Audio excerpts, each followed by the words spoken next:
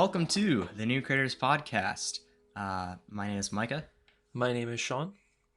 and it's just us today. We got a small episode, um, hopefully a short episode. We'll see. We'll see. We'll That'd find be a way to great. tangent. We'll find a way.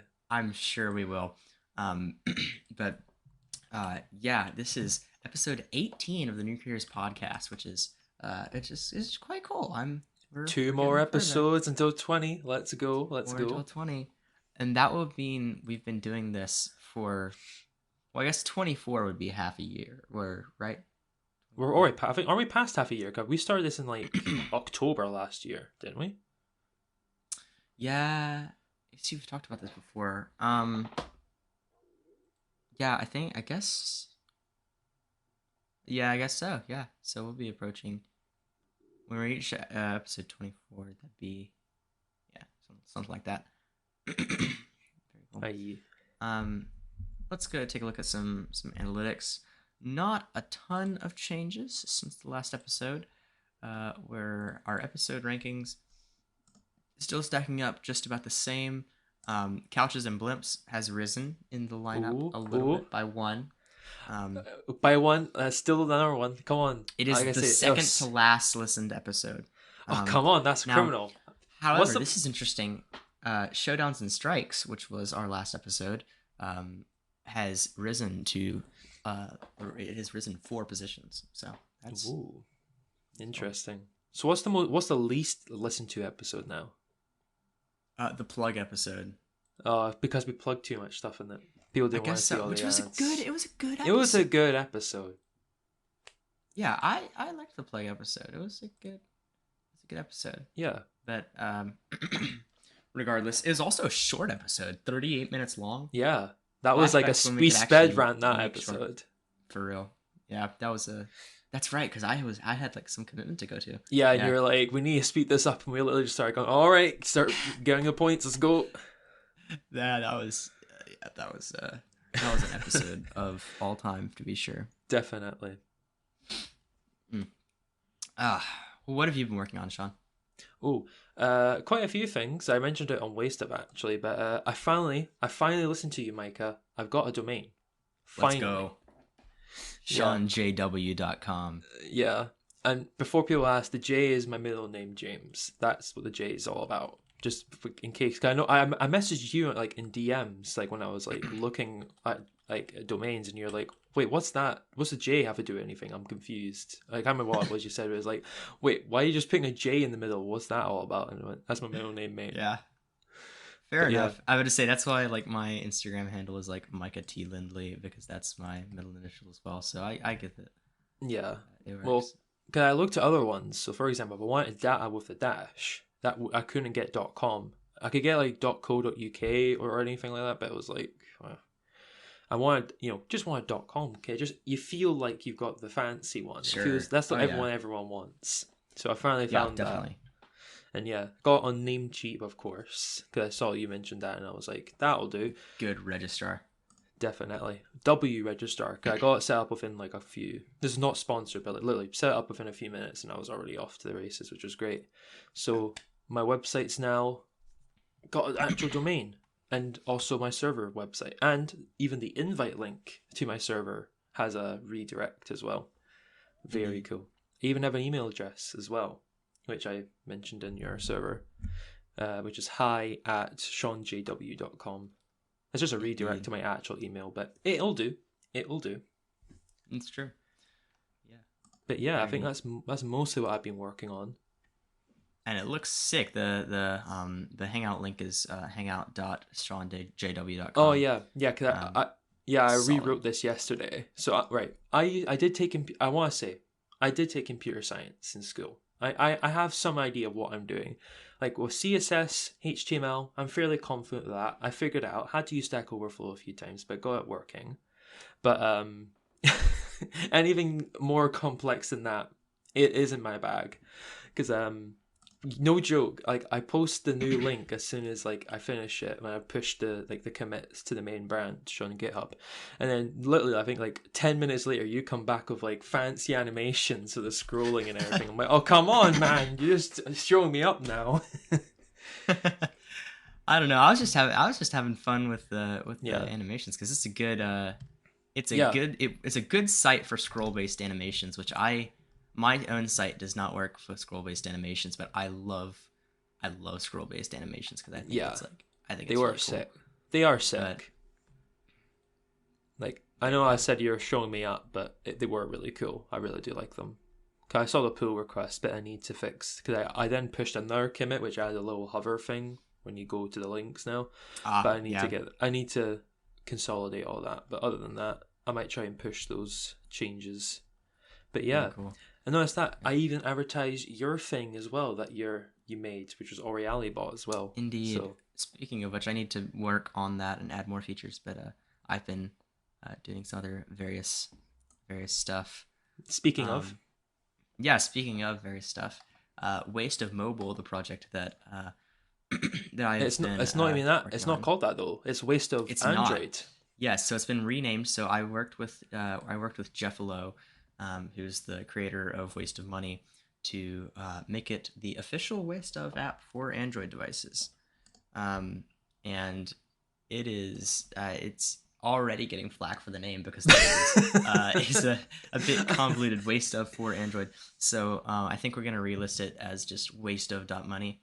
Mhm. Um, and I think people will like that a lot more, and it'll honestly probably even seem more official than it does now. Yeah, I do have a bit of a controversial take on the name because I actually kind of like it because on my phone, like I've got a Samsung, right? So the problem is like when it was wasteof.mobile, it would be on like it would just wrap the text, so like you'd have like Mm-hmm. IBLE, but now it actually fits properly on my screen and actually doesn't look like rubbish. So I'm one of the few people who actually likes the change, but you know, Interesting. I'm the minority. I'm the See, minority. I want to change it. I want to change it. There's a way, I believe, if I'm correct, I can change like there can be an app name on like Google Play and like an app name Hmm. versus like the app name that's shown on your home screen. I Yeah. would like it to change just that short name on the home screen to just Waste of, because that's like Oh the yeah. only thing that's gonna fit without wrapping or like Hmm. being like because on Pixel phones and I think a lot of other phones it doesn't wrap, it just like goes into ellipses Yeah, I and it saw does it that. just Someone doesn't. sent a screenshot. I think it was on a Pixel, and it like just the text gets cut off, which looks Yeah. even worse. So I'd really like to have it where it just says waste of on the home screen because that's what most people call it anyway. Yeah, and then you can actually consolidate because then you could have on like the listing on the Google Play Store be like waste of dot money for Android or something. Because that means you can Hmm. still specify it's just the Android client. Because obviously we're waiting on a iOS client still. Indeed, which apparently like we said last episode, our guest Oren is actively working on that. So Yeah, very cool. There's yeah, also a new. Did you see this by the way? There's also like I think it's called Waste of Plus. I did. Yes, a waste of browser extension. It's Yeah, gonna be interesting. pretty cool. Like I say, Waste of it's getting fun now because there's tons of new like third party stuff and all that going on, and having your project now be official, which is very cool. Like I say, I'm waiting for more features, so I'm very excited for that because I very enjoyed using the app. Not sponsored, but technically sponsored because I am on the podcast. But One of the features that I mentioned on a waste of post earlier, which is one I've been planning to implement for a long time because it's something mm-hmm. that Instagram has actually that I really like. And it's so I said I'll just read the post. I said, for those that are using Waste of for Android, I'm working on a feature that will keep track of the last post in your feed that you viewed and show you where you stopped reading last. This will help prevent you from doom scrolling Waste of. So that's something I know you don't use Instagram, but on Instagram, I should say I you know, have used it a little bit. And we'll get into Instagram more, but I have used it, and I know there's like when it tells you when you've scrolled to like posts you've already seen, yes, but yeah. which is So it pretty says you're all handy. caught up. Yeah, I think that helps me a lot because I very rarely scroll past that point because I'm like, okay, there's Yeah, nothing else that I need to see here. Um, so I really want to implement something very similar to that for way stuff to prevent doom scrolling and stuff like that. So yeah, it's so bad on Twitter because it's like the opposite. Because right, I don't know if you use Twitter at all. If please don't, please tell me you I don't. I haven't or I okay. If you look at my Twitter account, I have like 4 tweets, maybe. Let's see here. Hold up. How many do I actually have? That's right. You had to sign into Twitter to view a Twitter Yeah. profile We'll talk now. about that. We'll get into that. Yeah, but if I say this episode is going to be quite interesting. It Okay, is. how many tweets do I have? I have 1, 2, 3, 4, 5, 6, 6. Okay, I have 6 tweets, and then a few retweets from people like Carl Pei, who runs Nothing, and the Scratch team, and one of my professors um, in at college. Yeah, various different things, but no, I haven't tweeted since. Oh no, one of these tweets is automated too, so it's just like from Buy Me a Coffee. Um, yeah, so no, I don't use Twitter. But let's not jump ahead. Or actually, Yeah. is it time to move into that segment? Because that's kind of Yeah, we'll move into it in just a sec. What I was going to say was, because we're talking about how doom scrolling on stuff, so like Instagram, it will tell you when you caught up and you're planning to add that to wasting. mm-hmm. Twitter's like the opposite, right? So if you even start just scrolling a little bit on Twitter, because I'm scrolling it just now, very soon it will come up saying see new tweets. Like constantly it just says see new Yeah. tweets. Like no joke, even if like right, I've read all these tweets. If I hit reload and just pull down there and make it finds new tweets, it constantly finds new tweets. So I go up to that, Yeah. go to find new tweets, and then do it again, it will find more tweets regardless. Like I know, it's a constant feed of misery. But we'll get more into it. I'm not. I don't know. I really like the anti-doom scrolling features that Instagram has. Like still like I can still get caught up kind of into like scrolling too much, but most of the time, if I'm just like casually taking a glance at Instagram, it's really helpful to know, okay, this is the last thing you've seen. So I think I think that'll help prevent that kind of thing from happening. Speaking of Twitter and Instagram, indeed, Instagram Threads. Oh boy, here we go. AKA Project 92. I believe, wasn't it Project 92? Yeah, I think 92. Yeah, I think it was. Yeah. But it's out. It is here. Yeah, and it's apparently it's a waitlist now. I did not know this. Oh, it's a waitlist now. Friends told me it's a waitlist now. That's interesting. That's what I heard from a friend. I don't know if that's true or not. Oh, right, fair enough. I told my friend who was trying to sign up that it's now a wait list. Yeah, I wouldn't be surprised because it has tons of users already. Yeah, we'll get into that in a sec, because I don't know if you had it on your Instagram app. I do have the Instagram app installed in case like my friends DM me on that, which they rarely do. But you have like this thing now. You have like this little. I don't know if you can see that very well. Yeah, I have this. Like, I have the same thing. Yeah. Let me see if I can find mine. It's like it spins. I have the thing. It's pretty cool. No, I've not installed Threads. I've not tried it. I've somewhat avoided it because I saw how much data collection stuff it does. It's insane. Dude. Absolutely nuts. Like, I don't know if I assume you've seen it, but there was like a picture of like the App Store listing on like iOS. Literally, it collects everything, health and fitness data. Yeah, it's a mess. Insane. Yeah, and it's not even a website, like an actual web version. You can go to threads.net, and if you actually put like a link in, like a link to wait, what are we calling them, by the way? Are we calling them threads, or I don't know what we call. I think we're calling them threads. How also, may I say, if you go to just threads.net without a link, it's just freaking cool site. Is it? I've seen the one where it's like had the countdown and it had the logo. No, it changed? No, go to it. It's changed. It's sick. It's like this like 3D like WebGL. Like, mine's not loaded. Logo. Hold on, let me try in our browser maze because Firefox is being fraud. It may be cached. Firefox, yeah, potentially. Let me try. Oh yeah, I opened it. I begrudgingly opened it in Edge, and yeah, I see it now. That's pretty cool. Yeah, and you can like drag around the background. It's pretty sick. Yeah, pretty cool. Yeah, but very neat. But yeah. I was gonna say that I'm gonna kind of let you just kind of say like, what's your initial thoughts on it, because I know you you've installed it and gave it a shot. So I was wondering what your thoughts on it was, at least on first go, considering it's only been out for like 3 days. Yeah, I mean on first go, it's not bad. Like it's really not. It is a 1-to-1 clone of Twitter. Oh yeah, I've seen the screenshots. Like, they're ridiculous. It's so close, and we're also going to talk about this, that like Twitter is attempting to sue Meta over this, and just because it's like so similar. And I honestly like I might not be surprised if they win. Yeah. However, I think the major issue with that lawsuit, I think from what a lot of people have said, is that you have to try and prove that they they actually got some in-house like info that only Twitter has. Yeah. You know, because that's the thing. You have to be able to prove that they took code or infrastructure or something that they couldn't have made themselves. Which Sure. it's easy enough for Meta to probably build this, considering how considering we heard rumors about it barely a month ago, and it's already out. Must have meant they built this like within.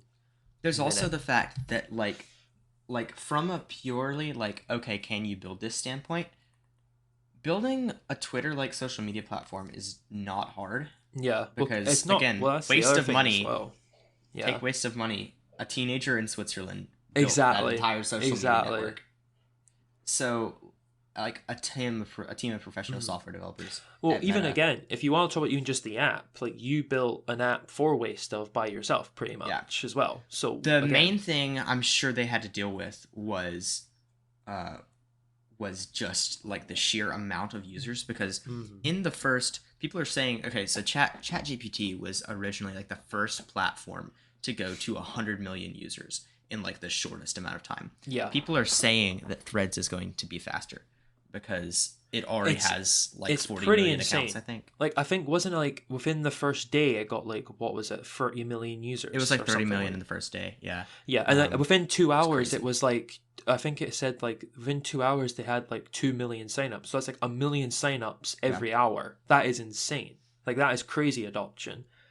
Which again, technically, this is, again, we're also going to further talk about the technical side of this, but like technically it's not really a sign up. It's more of like you just kind of log in. You kind of log in. So that's there's one I would love to read a thread, because I think I found this thread. Actually, a friend sent it to me, and this is possibly my favorite thread I've seen on the platform yet. Okay. So I'm not sure how familiar you are with the biblical story of the Tower of Babel. A little bit. Okay, so obviously the gist of that story is you have all these people working on a tower to reach the heavens, and in a response to their hubris, God scatters their languages. So this is what this thread says. Then they said, "Come, let us build for ourselves an app with a user count that reaches to the heavens, so we may make a name for ourselves." So the Lord scattered them from Twitter to a dozen different text-based posting apps. That thread that's amazing. Is just so good. It only has 190 likes, but I reposted that. It's like as soon as I saw it, because I was like, this is just glorious. I am so tempted now just to install Threads just to like that. No joke. It's such a good post. But in regards to just like kind of first impression stuff, something I was noticing, I posted this on Threads just because I think all of my posts on Threads are about Threads.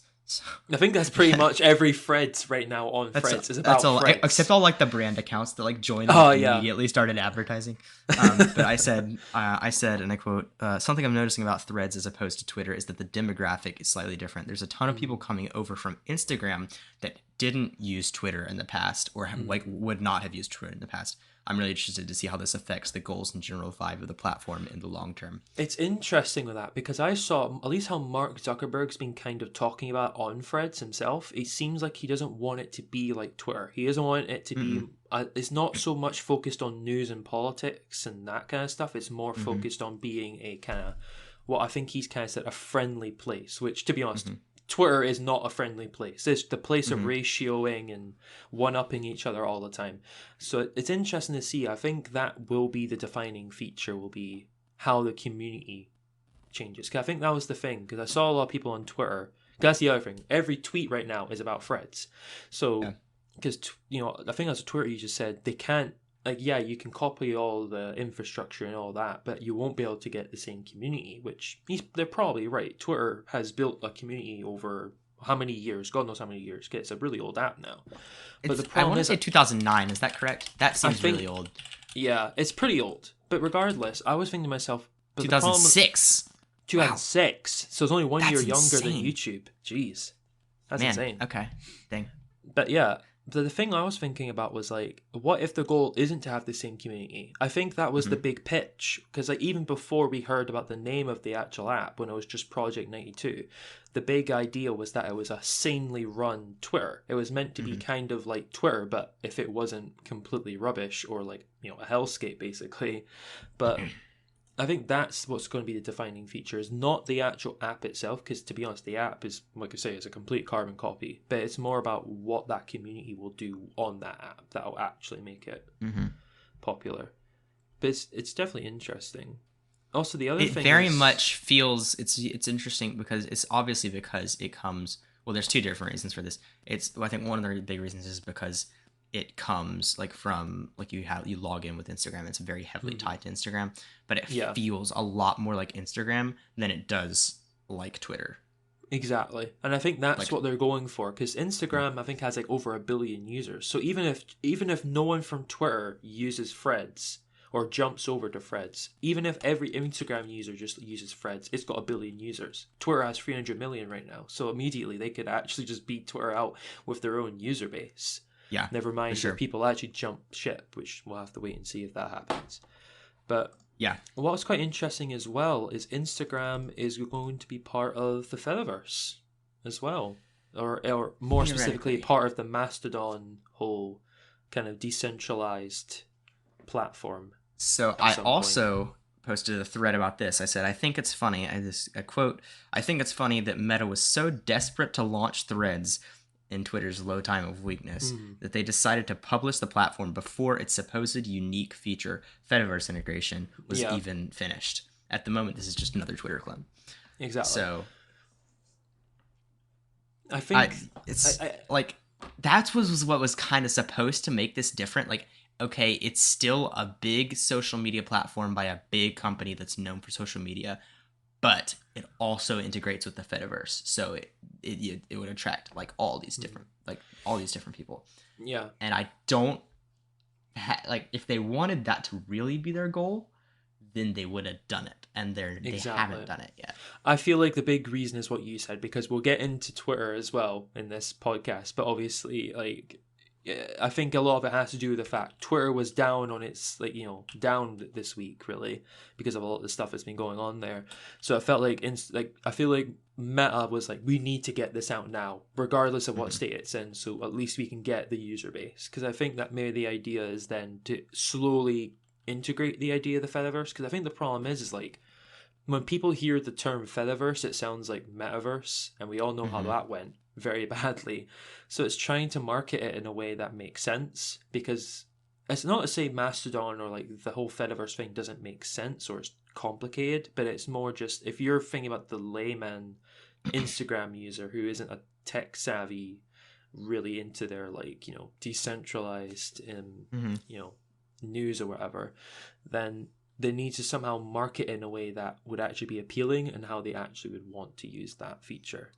We should have had Judah Brown on this episode, because he's really good about talking about decentralization and stuff like that. He would have enjoyed. Next time we have him on, I'd like interested to hear his thoughts about. So I had a look at Mastodon. I've been lurking on Mastodon this week, just because of, obviously, well, again, I don't know what you call posts on Mastodon. Not a clue. Whatever you call them, posts on Mastodon right now, all of them are about threads. And it's quite funny, because obviously a lot of them are about the data collection and so on. But what's actually more interesting was like Mastodon itself, its own reaction to this. And it's been, I wouldn't say it was positive maybe, but it was pretty lax. They didn't seem too bothered about, you know, Meta kind of integrating itself into their network, considering the fact that Meta is like, you know, what we all kind of know, Meta is not exactly the best for privacy and so on. Certainly interesting anyway. This is why I think Mastodon will never succeed, like just as Mastodon. Like if Threads becomes really big and like becomes integrated with the Fediverse, then hey, great, good for them. But I think Mastodon on its own, just like the idea of Mastodon, doesn't work because it feels so spread out. Like it doesn't feel like you have all these like small individual communities, and if that's what you're looking for, then great. Like that's why I like Waste Of so much, is because you have a social media platform with like 2,500 members, and like it feels small enough that like you know everybody. It's kind of Yeah. it like literally feels like you're all like living in the same area. But Yeah. you take Mastodon and you have all these tiny networks that aren't really connected. It's not the same thing as like Twitter or Yeah. Instagram or anything like that. You're I, not getting the larger scale, like mm, broad, diverse community. yeah, I think the biggest problem for Mastodon right now is discovery. It's trying to find Mm-hmm. people on Mastodon. It's not that there aren't people on it, it's that trying to find people that are interesting or so on. And I think it's also because a lot of brands and more bigger celebrities and so on haven't really adopted the platform. Whereas Threads, within the first few hours, they had hundreds of brands and celebrities immediately on the Mm-hmm. platform. So that was, I think, the most clever thing I think that Meta pulled with this was making it an Instagram app and making it so Yeah. everyone with an Instagram app and an Instagram account can just use Threads. That was super clever. Even if I don't really care for Meta, I think that was a pretty clever move from them on their part. Mm-hmm. Yeah. But yeah, it's very interesting. But yeah, because like here Yeah. you go, there's like I think so we've got there's a live article from The Verge again about this, and for example, like there's just there's a thread. I was about to say tweet. There's a thread here, just replying to Mark Zuckerberg from Wendy's. Like Wendy's is already there, like Yeah. within a couple of days, you've got huge recognizable names on the platform, which is interesting. And even here, Instagram's boss has said that the site isn't for news and politics. So again, I feel like the issue is I know we're comparing it to Twitter, and it's because very clearly it's meant to be a competitor to Twitter, but I feel like the goals of the app is different to Twitter. It's very different. I would also like to say this is not this is just funny.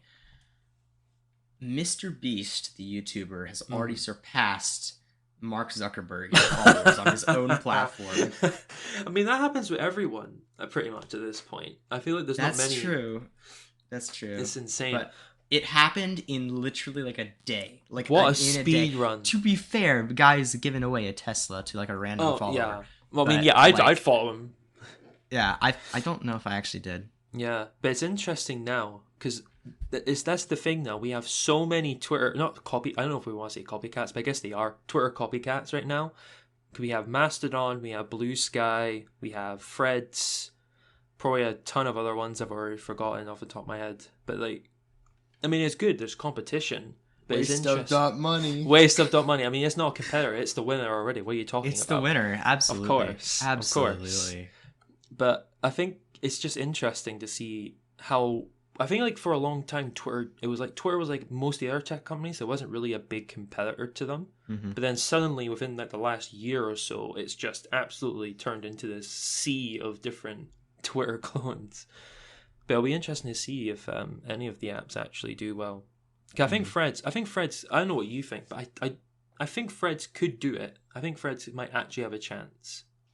I just don't know if it'll have the same community that Twitter does. I think it's a good thing. Like, Twitter is such a political. I'm like half and half. Everything is so hyper politicized. Like, obviously, there needs to be some sort of space for political discussion, but like, does the average person really have to coexist on the site where like all like the most like harsh political discussion ever? Yeah, but I was more thinking I'm like half and half because I can get the appeal of Threads because it's a more friendly version of Twitter. It feels a bit less, like you say, it has less unhinged, crazy people with the worst takes imaginable. But like, I would also say one of someone's threads that I saw. I don't have this pulled up because I can't quote it. But I think that crap, I just lost exactly what I was about to say. Sorry, what did you just say? I just lost it for a second. I was talking about how Threads becoming more successful than Twitter, but not keep having the same community as Twitter, and how Twitter users are like, there's a lot of unhinged Twitter users that have like the worst takes ever you could ever imagine. But I was more thinking is like, I just think like, because Twitter, like I say, it has more unhinged people on it, and Instagram, I think Threads is going for a different vibe, so it could do well. That, But my that's what I was gonna say. I found so on the first night I was on Threads like the night it released just for fun, just to see everything happen. And someone said this feels like when you're what did they describe it as? I don't remember what analogy they used, but essentially the gist of the post was, yeah, everything's positive right now because it's the first night on the social media network and everyone's excited. Let's see later, like next month, how it's actually holding up. And like, is it actually going to be a positive platform long term? Because let's be honest, not many places on the internet that are exposed to that many millions of people remain positive places, because humans just generally aren't positive people. True. And I'm also thinking you can, like, the other hurdle they have is not just having a lot of users, but you actually have to keep those users. You actually have to have like people wanting to continue to use the app. That's the biggest worry, is you might have millions of users on this app, but if they all decide, oh, it's boring, and just delete the app or something, that's it. It doesn't matter then. Yeah, you can boast how many people you had on the app, but if they didn't use the app, then what's really the point? It's if they can actually make it a long-lasting thing. My other I'm in two minds about it. I think it's a good thing that we have a proper real competition to Twitter now. At least I feel like this is the first real competitor. But I feel like on the other half, we're kind of just swapping one for another, because Twitter is a terrible company that siphons all your data and sells it to advertisers. And now we're moving to Instagram Threads, who also siphons and sells all your data. So you're just kind of swapping it for one terrible company for another. It's not really an upgrade. But also I can kind of see why people are jumping ship. Yeah. You know? I think Threads is... This is a hot take, but I think at this point, Threads is better than Twitter. Like, it is at the moment. I mean, the bar is literally on the floor. Let's just say the bar is on the floor, and they're waiting for someone who is strong enough to pick up the bar. And if there's someone strong enough to pick up the bar, it is Instagram. It is Meta. Yeah. Just wait for Google to make one as well. Bring back Google Plus. Google Plus? Google Minus. Oh gosh, dude, did you have a Google Plus account? I had a Google. Of course I did. Of course I did. Everyone was forced to have one. I had my YouTube account. Right, it's tied. I got four. No joke. I made my Google account to keep my YouTube account, and then never used it ever again, like most people. Rip. Okay, just the problem is it might be a great platform, but it got forced on people. That was the issue. You can't force people to use something. It also wasn't a great platform. That too. It was an awful platform. Google Plus sucked. Yeah, it was fair so enough. bad. Yeah, which I was on. That was the era where I was like gradually discovering web development, and so like I started by, I don't know if you're familiar with Google Blogger. Oh yeah. But my primary like web development consisted of me like downloading like Blogger HTML templates, uploading them to Blogger, and like customizing them in like the Blogger like theme like HTML editor, which is like, I don't know if you've ever used that, but it is there's no autocomplete, there's no formatting. It's just like it's like a text box. It is like a single text box, and it is just the absolute worst. It is amazing. So like they redid Blogger a few years ago and added like syntax highlighting, but before that it was just like literally just a text box with all the HTML. I used to like sit here, but Google Plus was like heavily integrated with Blogger, and it was, dude, virtually every Google app was. Virtually every Google service is like, hey, Google Plus works here too. Yeah. Use it. No, you don't have a choice. What do you mean? No, you can't leave. You have to use it. Yeah. But yeah. It was, what a disaster that was. That was a disaster. But so. But yeah, that bar is pretty low. I doubt anyone's gonna be as bad as that was. Oh, we'll see. We'll see. Every time we say the bar is on the floor, somehow someone finds to bring the bar just a little bit lower. So we'll see. But digging a hole for the bar. We must go deeper. We must go deeper. Oh gosh, it's a mess. Yeah, absolutely. But yeah, we'll see how that turns out. That's. Yeah. Again, like you said, retention is the thing that really matters. Yeah. I was going to ask real quick. This is my last thing before we move on about Threads. So now that you've used it for a few days, if I asked you, should I use Threads, would you recommend that I, right now, should download Threads and use it? Do you think I should? I think so. I think it's decent. Like the main thing that I really don't like about it at the moment is you cannot filter the main scrolling feed Yeah, I've seen that at complaint all. a lot. The That's fact really that I stupid. can't the fact that I can't even just find the tweets from the people I follow or The the threads from the the people I tweets, follow. the tweets on threads. The tweets, no, the threads. The fact that I can't even look just the threads of the people I follow is stupid. How did it not occur to them that this would be a good core feature to have for the app before we Yeah, release it? I Like feel like that, it I was. don't I know. feel like it was on like their list of like, right, we need to do this, and then Zuckerberg walked in and went, "Guys, Twitter is really struggling right now. We need to get this thing out the door. Hurry up!" And they're like, "Okay, guess we're not doing that, right? Just go." That's what I bet it That's the was. thing, though. Literally, it cannot have been that hard because I know they've got the data that they need. They know who you're following. They know all the posts of that person. Yeah, All they have to do is put a little button there that says show only the people I'm following, or there's a little filter icon with a little pop-up that's you yeah. select just people I'm following. It's not that hard. Exactly, and not just that. Like with the Fediverse one as well. Like they have in app like prompts telling you about how it's Mm. going to have integration, and they all like everyone's handle is like the Mastodon style handle because the server's set up. So like, how hard Mm-hmm. could it have been just to connect it before launch All right, to the so network? this is what I'm thinking. I think that is fake. I don't think they have Mastodon integration set up yet. I Dun think dun that the Micah dun. T. I think that like my username on here is Micah T Lindley at threads.net. Mhm. I think that's just on the surface level for now, and they haven't actually done any of the Mastodon integration. Ooh, that's an That's my interesting. theory. That's an. Look at these theories on TNC right now. You're getting I, like I really don't see like I'm with you. If they had the integration prepped and that ready is to go, true. I don't see them launching without it because Like that's a good feature to I launch initially with. thought you're like gonna be like some sort of conspiracy theorist, like flat earther right here, trying to explain to me how like gremlins are real or something. But you know what? I think you're actually right. I don't think they have it. I don't think they have Yeah, Mastodon integration yet.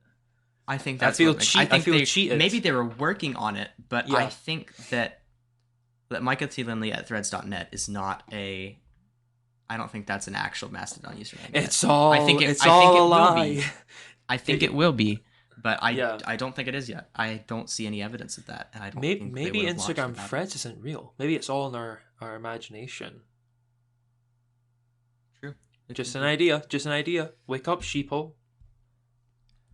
Now But we yeah. have said we've said a lot about threads, but we didn't really explain why Twitter's at such a low point. So we don't have to spend a ton of time on this because I'm sure a lot of people have already heard. If you're on the internet, then you've probably heard about You've some of this yeah drama. yeah. Um, so It's amazing. Twitter has. I'm not even gonna just go item by. I'm not gonna even do that. I'm just gonna go item by item. They've set up hard rate limits to viewing tweets.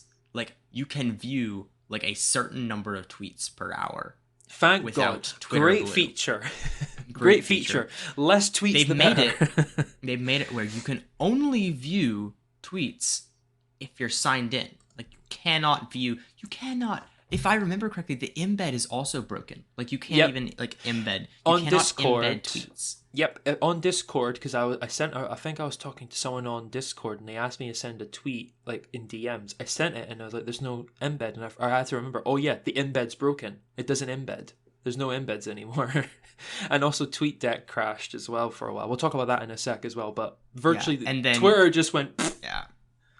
So there's like There's in a couple all of game honesty, theories for this. I'd never thought I'd see Elon Musk run a company at the ground. This badly. Bro is He's running speed it into running. the ground He is speed running, and notice that he spent like 44 billion on this. What a waste! for real. And also, there's another funny thread I saw the other day that said it said, "You think Meta spent $44 billion on this?" It's like, nah, probably not. They probably spent like a That's another tenner thing. on it. That's another thing that's interesting is from what we understand, the back end of Threads is literally Instagram.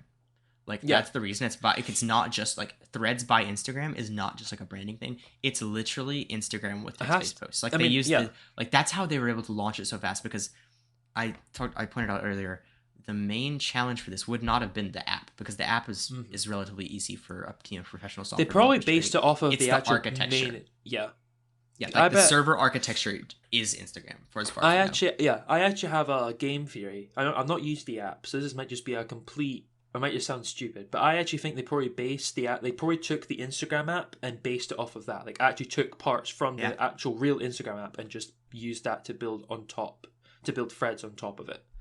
That's quite my possibly. theory.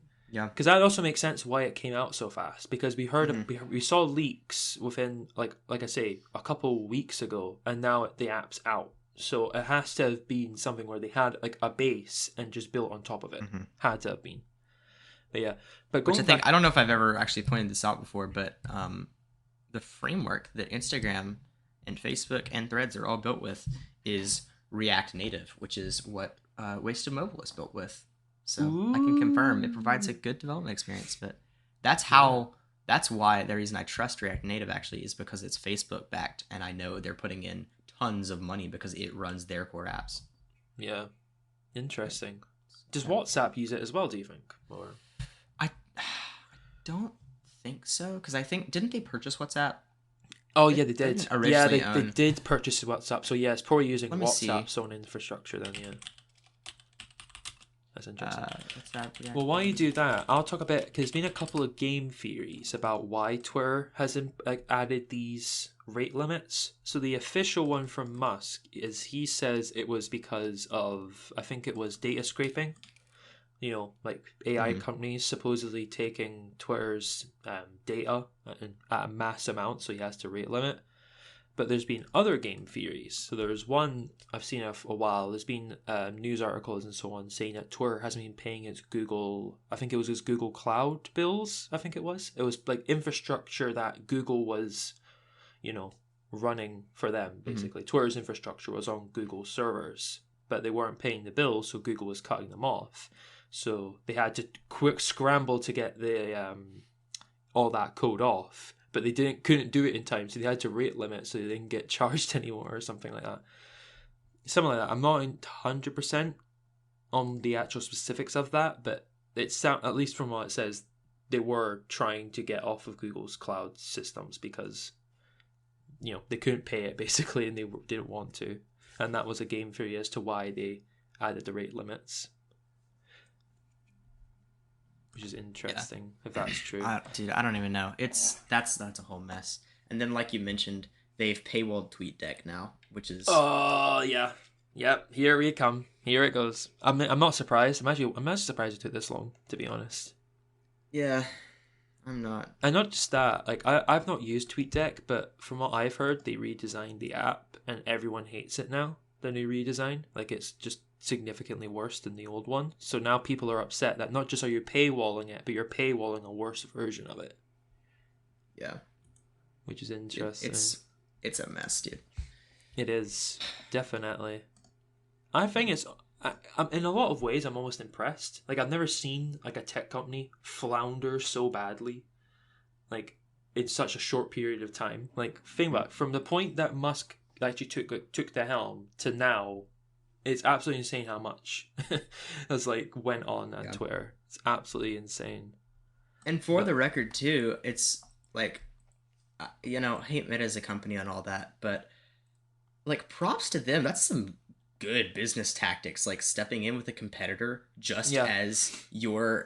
just as your primary opponent, like, is at their like lowest possible point. Like, I mean, that's good timing, and like, you got to give it to them. Like, that was a really really solid move. oh yeah, 100%. I think that's kind of Meta's like thing, isn't it? Because they did it with like Snapchat as well, because they copied stories for Instagram, and then they Yeah. copied TikTok Reels. Like that's Meta's like secret sauce. Something else is successful, we'll copy paste it. Here you go. You have our version now. Did stories come to Instagram or Snapchat first? It was Snapchat first, so that's where It they got it was from. really So interesting. See, I that's didn't even know that. I thought yeah. Snapchat stole that from Instagram. No, it was the other way around. It was they Really? added it to Instagram because they saw it was doing really well on Snapchat, so they thought we'll do that too. So that's how you got stories on Instagram. And they did that's the same thing with Facebook. I think Facebook has stories and stuff now, and that's the same idea. They took it from you know. Snapchat. Interesting. I did not know that. That's But interesting. yeah, but I mean, I think most people know Meta's kind of like known for like copying other companies' ideas. That's kind of their bread and butter to a lot of their newer I mean, features. At least. so is Apple. Like, Oh yeah, a lot of the 100%. biggest tech companies I'm not are here, known but for just I'm not copying. here to pretend like any other tech company doesn't. But I feel like a lot No, of for people sure. just can't make a joke about it. I think Meta's just kind of got the short end of the stick in terms of the jokes about it. But yeah, it's interesting because like I feel like I say, I'm still half and half on like on actually switching over because the problem is obviously about the data collection, but the business side of it I think is really clever to make it not just built on Instagram, so that means you have a built-in audience immediately from like the get-go, and then to also like do it at such a point where Twitter is like down on its knees kind of thing, like struggling to hold on. It's pretty funny. And just the fact that like you said again, another benefit of just having it built on Instagram is you get that architecture that's designed to handle millions and billions of users. Yeah. Like that's the hard part to build. Like if you're building a social media platform, Yeah. that's gonna have like millions of registrations in like 2 days, then gotta have the architecture for it, and they already had Instagram's architecture that's designed for that. So yeah, I'm still quite upset because I was trying to go for a speedrun world record. Once the rate limits came in, I was like, I need to start scrolling just constantly and just see if I can get rate limited. No joke. Well, I didn't even read the tweets. I just started like, I opened Twitter and just went like this, trying to get a rate limit. Just trying to get rate limited, but it didn't work, and I'm so upset. I never got rate limited, but I did get to experience one glitch. So I don't know if I think it's been fixed now, but for like a good solid couple hours, quote tweets just broke. You couldn't view quote tweets at all. So like if you went to a tweet and hit quote tweets, it just wouldn't work. I said, none are here, mate. Let me see if I can replicate this bug.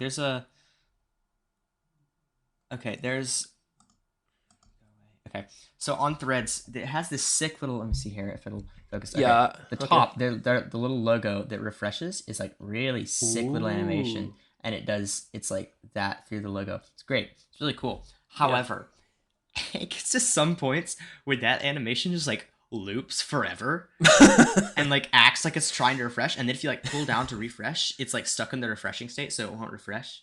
So it's like that's a little embarrassing, but okay. Yeah. I'd be interested to see because I think Meta, the next best clever thing to do with Threads is like for the first update to the app is to like add as many of the features people want. For sure. Like if they did that, I feel like they'd win a lot of people over. If they actually listen to the people. They need a web client.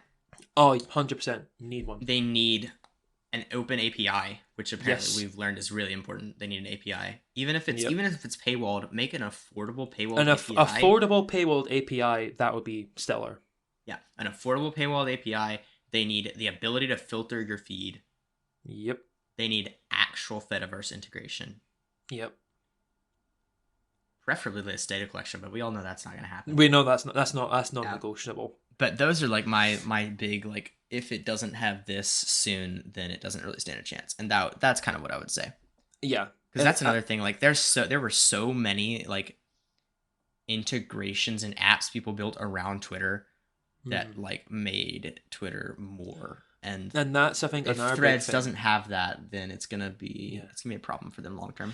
Yeah, because I think that was a big nail in the coffin for Twitter, at least in terms of like the community. Because once they paywalled the API and kicked off all the apps and all the third party apps and that, people just got sick of the company because it's like, well, you just kicked everyone out that basically made your app as popular as it was. Similar with what's going on with Reddit just now, which is now being. That's it. Also, all the third-party Reddit apps, they are dead now. RIP. Yep. So that's, again, it shows how important third-party apps are. Well, I mean, look at what happened to Waste of .mobile. Now it's an official app, you know? Yeah. So, but yeah. But it's interesting because I mean, we've literally all this entire podcast we've just been talking about Twitter and Threads, but it's so interesting. This last week has been insane. Let us say, I don't know if the cage fight's still going on, but I hope it does because this really is going to make the cage fight really spicy. Yeah, dude. If the cage fight happens, we've already said this, we're doing a TNC live reaction. 100%. I don't even care if it's a weird time zone. I will wake up and watch this cage fight match between If Mark it is Zuckerberg 5 in the and morning, I will get up and I will watch it. bro. If it's 2 in the morning, I'll get up and watch it. I don't even care. We'll do a live TLC reaction, dude. 100%. If it happened, the further away we get from it, like from the initial like declaration of this is gonna happen now, the less I think it's gonna happen. But Yeah, especially still be like really funny if it just yeah, happened randomly. especially with the whole lawsuit stuff now. I don't know if it's going to happen, but who knows? Maybe it will. Maybe instead of a lawsuit, that's how they deal with it. Whoever gets beaten in a cage fight has to delete their app. There you go. Problem solved. No lawsuit needed. Problem solved. That would be a way to do it. That would be a way to do it. Yeah. Gosh. But yeah, let's move on. So I want to talk about this. We were talking about this just a little bit before the podcast, but since we've already kind of covered this a little bit. We were talking about data collection, but so yesterday I installed the DuckDuckGo app, not sponsored, and in it has a beta feature, which is basically it catches all the trackers in the apps that was on your phone and blocks them. Very neat. And I just realized how many companies want to rapidly approach my location, like right now. It is insane. It's terrifying. Oh boy, yeah. Right. So just for context, I installed this at like 10 at night in like yesterday, right? So like this has barely been on a day. So yesterday, aka barely like 4 hours, I had 716 tracking attempts from Reddit, the Reddit app, 10 attempts from SoundCloud, 432 from Flipboard, 42 from the BBC News app, and then here's the kicker one. This is the kicker. From Spotify, 5,266 tracking attempts. Dang. And it's some of the stuff they want to collect, by the way. Like it can't tell you actually what they're trying to collect, but it tells you like a good list of like what they might be collecting. And some of this is like really strange. Like there was one of them that was like wanting to know my battery capacity or something. Like what you gotta do is sell me a power bank or something. Like it's so strange, some of that collection. You want to hear possibly the hottest take of all time? Okay. I have stopped caring.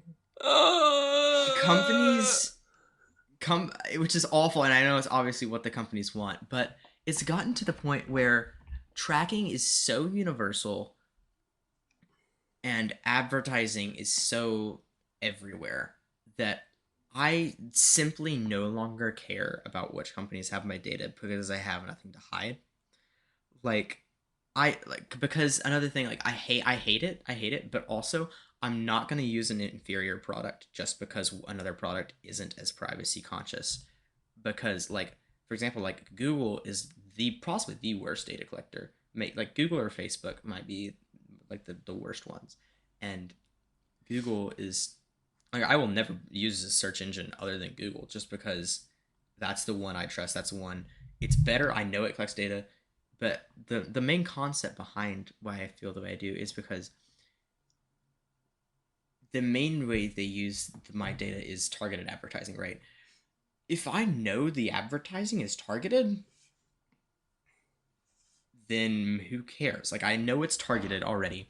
I can kind of deal with that fact in my own mind. And if I see an ad and I'm like, oh, I think I need that, then I'll be like, but it is targeted, so if I want to get something like that, I should probably look into it, research elsewhere, see if that's actually something I want or if it's just a targeted ad. I mean, I understand. Like, it's gotten to the point where I understand I'm paying for the usage of these services with my data. Like, that's the only way they're able to stay alive.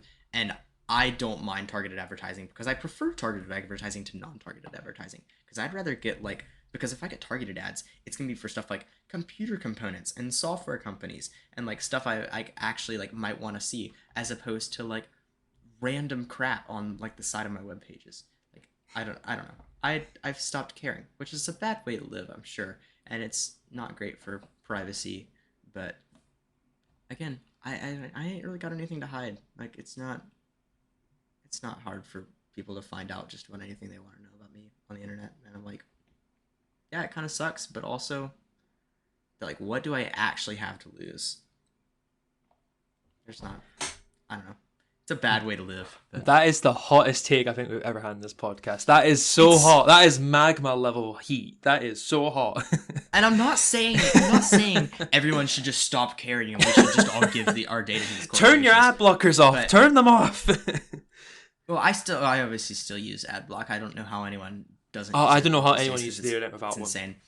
But like, I don't know. I'm like, again, they have my data anyway. I'm like, I really don't care at this point. Like, you have everything you need to know about me. Yeah. And so many people are concerned about targeted advertising, and I really just don't get it. Like, I'm like, if you know the advertising is targeted, why do you care? Like, I don't know. It's, again, I told you it's a really hot take. That is a spicy hot take. It is not for everyone. Waste of us about to have a flame war over this. There's going to be riots in the streets now. We'll have to create like a YouTube short with this and God, stick it on 100%. YouTube and see what people say. That is a spicy hot take that I definitely do. I'm very much do not agree with that. But hey, yeah. So I'm interested to know then. So what's your philosophy on like why data privacy matters to you so much? Because I know you're significantly more cautious about this than I am. Like even with in terms to like your own data privacy, like what you publish online, what you share online, and also like kind of like you said, like tracking and stuff like that by companies. Well, I think my mentality is more just about having like for me at least, I like having privacy to an extent where I feel like I can control what people know about me. It's not like, for example, like if I don't want people to know who my parents are, or that I'm very easily, I don't have to tell them that. Like, for example, I'm very, like, especially with, like, stuff here, when I'm, like, just doing stuff, like, you know, with data or reality, stuff like that, that, for me, is separate to my IRL stuff, to me. Because I don't like having those intermingled and mixed up. That's just me. But that's just how it is for me. But I think for privacy-wise, I just look at it as, like, it's like, I don't think I need, like, especially because, like, for example, these two here, like, for example, Spotify, I pay $9.99 a month for premium, and they're still collecting my information. Yeah. So they're not collecting my information and to keep their app alive because I'm paying them to do that. They're just collecting it because they can. So I look at that's just greed then. It's not because it's a transaction, that's just taking my information because you can. So I don't see why I should do that. Or for example, one here, BBC News is collecting my data. Why? I pay. Well, I'm not. You know, we pay the TV license over here for the BBC. You know, we pay. I guess it's completely funded by the UK public. So again, they don't need my information. They already have it anyway. But I look at it as like they shouldn't be doing that kind of stuff when people are subsidizing your service. I can totally get collecting information on like apps that are free, like, you know, Reddit or Facebook to an extent, at least just for targeting advertising. But I think my other biggest problem with targeted advertising is obviously, not to get too much into it, but I think it's also the political end of it, because it can be used as a weapon. We saw that with Cambridge Analytica, for example. That was because the amount of data Meta collected, they were able to mess around with stuff like that and all that, which I thought that's my worry. It's like, I can get in an ideal world, data collection shouldn't be a bad thing. It should just be what you said it was. It's just collecting, you know, just the information they need so they can sell you more products that will actually be appealing to you. But in the world I think we live in, it's much more malicious than that. It's much more about trying to sell a narrative than just sell you products, in my opinion. And also I just look at it as well, it's like, at least my mentality, I know there's people who like will stop using products if it's not privacy conscious. That's not really how I work. What I'll usually do is I'll use the product, but I'll make sure I block as much of the tracking stuff as I humanly can. Like, for example, I'm not going to delete Spotify just because they've made 4,000 tracking attempts. I'll just block them instead and keep using Spotify because I like the service. So I'm getting the benefit without the, you know, the disadvantage. Same with like how I use Firefox. The reason I use it is because I can still use all the Google services I like and are really helpful. I mean, we use Google services for TNC, but you know, I don't need to worry about all the tracking that Google does. I don't have to worry about it because, you know, I just think people should be able to do what they want with their own information. You shouldn't have to be forced to give people your information to use something, I think, which can make, I mean, look at, for example, GDPR, you can choose to do that. You don't have to give them your information, and that's all right. But that's my thoughts on it anyway. That's how I look at it. That makes a lot of sense. And again, in an ideal world, I wish so badly that's how everything works. I'm just so cynical at this point that I've just given up on trying, just because I think it's personally for me not worth the effort. But again, I think also think. Go ahead. For me, I think that should be how it should work. And again, in an ideal world, I think it should be a thing where you can choose what you want to give to companies. So if you're happy giving all your information to these companies in return for their services, that's fair enough. But people should also have the choice to not have to give all their information away to also get some of the benefit. In my opinion, that's my thoughts on it. Sorry, you're going to say that makes sense. I was just going to say, I think it's also interesting, like how you and I approach like our online personalities, because since I've almost always been just like me online. Like I've been Micah online for most of my life until like when I was on Scratch as Archon, that was like kind of a different personality. Yeah. Kind of, but everyone still knew me as Micah on there, even though the account name was different. So I've always approached it as I can make better like real friends online as myself. And as like me being, I'm Micah Lindley in person and I'm Micah Lindley online, and I'm really not that different. Like there are differences, because you can't not be 100% who you are in real life on the internet. But by and large, like there's not a lot. Like I don't really have much of like internet personality, Micah. Like that's not. I don't have anything like that, and I don't even really have. I don't have any alter egos online anymore since I quit Archon. Yeah, I think maybe to clarify a bit, I don't want people to think I'm just like doing a persona. The way I act on this podcast, the way I also speak to people on Discord and that is how I am in real life for the most part. Sure. The biggest difference is I say a lot more Scottish slang and I swear a lot more in real life. But other than that, it's I'm pretty much the same person, right? That's really, there's not much change. But I think my biggest difference is more that I think it's more just about like I don't want my online stuff to be intermingled with like my personal online stuff. Because for example, I've got a personal Discord account, and then I've also got my public one, which I'm using right now. So the point is, I like to have them separate, but I'll still be me, no matter what my name is. It's still Sean at the end of the day. I'm still just being me. It's just under a different name. That's my mentality. No, that's completely understandable. That's completely understandable. Yeah. But yeah, I don't want people to think I'm just like pretending or something. Sure. Yeah. This is me. I am a real person. I am not an android. I'm not Mark Zuckerberg. I'm not like a lizard person or something. Lizard person. Yeah. There's so much to talk about with the concept of privacy and all that, but we're already an hour into recording. So yeah. I told you to be tangent. I would just say, dude. Hey, it's been a good tangent. Yeah, I think we're arriving at the music segment, aren't we? We haven't even started the music segment, but we should start the music segment. Indeed. Why don't you go first? What have you been listening to? I have been listening to Man Alive by King Cruel. So King Cruel, they're like it's kind of almost like a bit like Tame Impala. There's one guy who makes all the music mostly, but he's also a band when he actually plays live. But it's just, the sound's pretty cool. It's a British band, kind of got a mix of jazz, rock, alt, indie kind of vibes. It's a bit, it is dark, but it's also got a kind of just like a stoner rock kind of vibe to it. Gotcha. It's a vibe, you know. I like the lyrics to it. It's quite funny because it sounds quite English at points. Because like, for example, one of the tracks, he says a lot of like London, like places in London, like Peckham Rye and stuff, and it sounds so English because like he's English, so he has an English accent, and it's so funny. But the actual tracks, they're really good. Their vibe, and yeah, I like this guy also looks like. Oh, have you looked him up? Bro, yeah, I'm looking at him right now. He looks here. like. Let me just show this guy's. Yeah, what photo did you get? Okay, some of them are really goofy. Yeah, it's a goofy one. This is bro looks British, For real. Oh yeah, yeah. This is a British man. You can tell, This especially is with the very ginger British. hair. But yeah, Yeah, dude. yeah, Legit. That's but yeah. awesome. Yeah, Okay.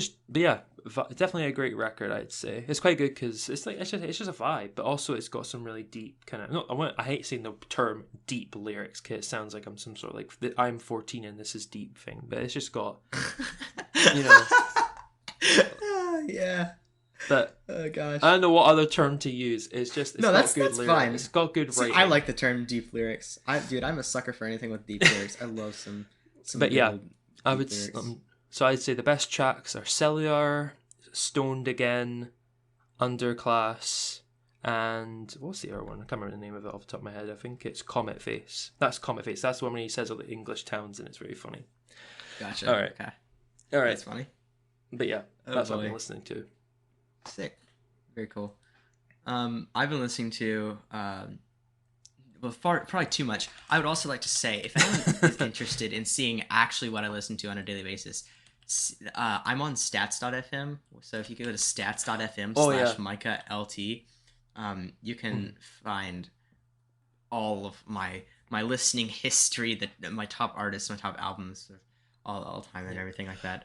If you join my server, you can actually look up what I listen to. We've got the .fm bot, which is pretty cool. Yes, Last FM, indeed. But I have been undergoing. One of my friends introduced me to Hozier like only probably like a month and a half ago, maybe 2 months ago, and he is like currently my top artist with like tons and tons and tons and tons of streams. But Hozier's just like a solid, really meaningful lyrics, really emotional singing, emotional vocals, but also just like banger songwriting. It's just really good stuff.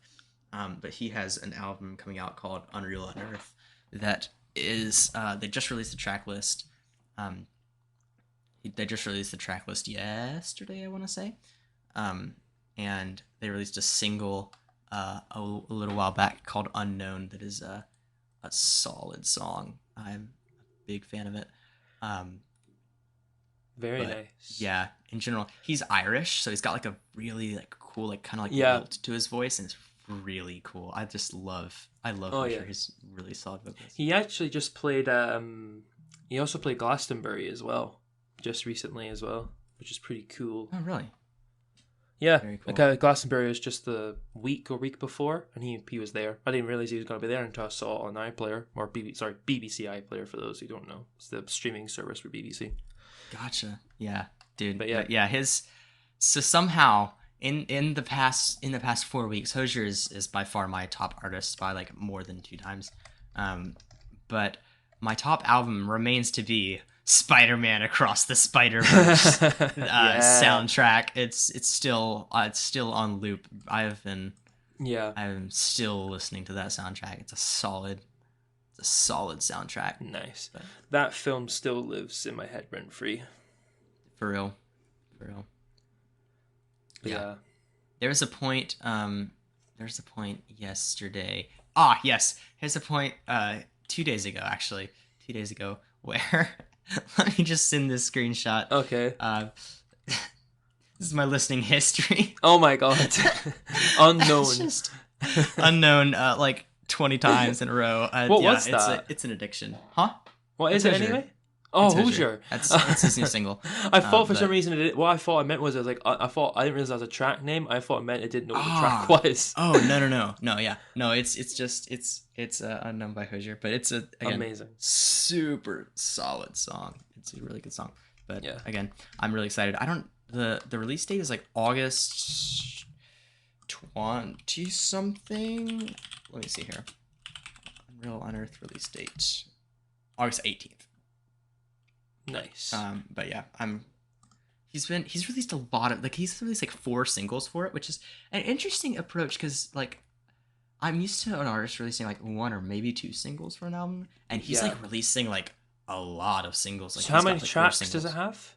And like the actual whole album? I want to say like 14, I think, or something So like that. yeah, cause see, like I remember the new Gorillaz record that came out this year. It had 10 tracks, and they released 5 singles before the album came out. So literally half the album was out before. That's crazy. And to be honest, it ruined the listening experience because half the album I already heard. It was, and all the other tracks that actually like came out with the album were like so mid compared to the singles. It was pretty clear they were just making singles and then just put an album around it and went, okay, ship it. Gotcha. There's also, okay, it's 16 tracks, actually, not 14. Okay, that's not too bad then. Yeah. For a longer album, I think you can get away with a couple more singles. But like for an album that's like 10 tracks, like releasing half of it, that's ridiculous, I think. Maybe that's a hot take. There you go. There's my hot take for this episode. Yeah, fair enough. Yeah. But anyway, I've talked about Hozier too much. I can talk about this dude for hours. It's great. Yeah. That's all I've got, honestly, for this episode. That's... Yeah. Anything else? No, that was a pretty solid episode, I'd say. We went into quite a bit there. Like I say, I think I'll give Threads a go. Maybe I'll cave in. Maybe give it a go. Follow me on Threads. I've got a grand total of 42 followers. Ooh. Go follow Mr. Beast and you follow Mr. Beast and get a free Tesla. I don't know what I'm gonna do with it, but you know, it's the Tesla. The Tesla has a thread. Well, my camera won't focus. I can see it. It has It has a Threads logo on the. Oh my god, that's amazing! And what'll be so funny is to the person who wins it, either they're gonna have a really cool Tesla that has like the logo on it showing how successful this app was, or if the app completely fails, they're gonna have the most embarrassing Tesla ever made. I feel like it's probably just like a magnet or something, but hopefully it could be permanent. If it is permanent, then rip. If Threads does fail, but we'll see. I guess we'll find out in 2 weeks' time, because in 2 weeks' time we'll be back and we'll see if Threads is still doing well or not. And if they have the integration now. I would also like to say that we were planning on having like 2 guests today, and they both had to back out for personal reasons. But we will have, I'm sure, more guests. We are looking for people. 'Cause I want people to feel like we are talking to people. We do want you guys on. It's just we're bad at communication. And that's kind of about it, really. Yeah. But we are planning on having as many people as we can on. You know, as long as you're interested and have something to talk about, we're happy to have you on. Yep. And if you haven't already filled out the guest form, you can do that at bio.link/TNC. And if you have already filled out the form, you are in consideration. Like we know you don't have to fill it out again. We know that you're there. Yeah. We'll be in contact if we can use you for an episode. So we know where you live. Don't worry. But yeah, thank you as always for listening to the New Creators Podcast, and we will see you in 2 weeks.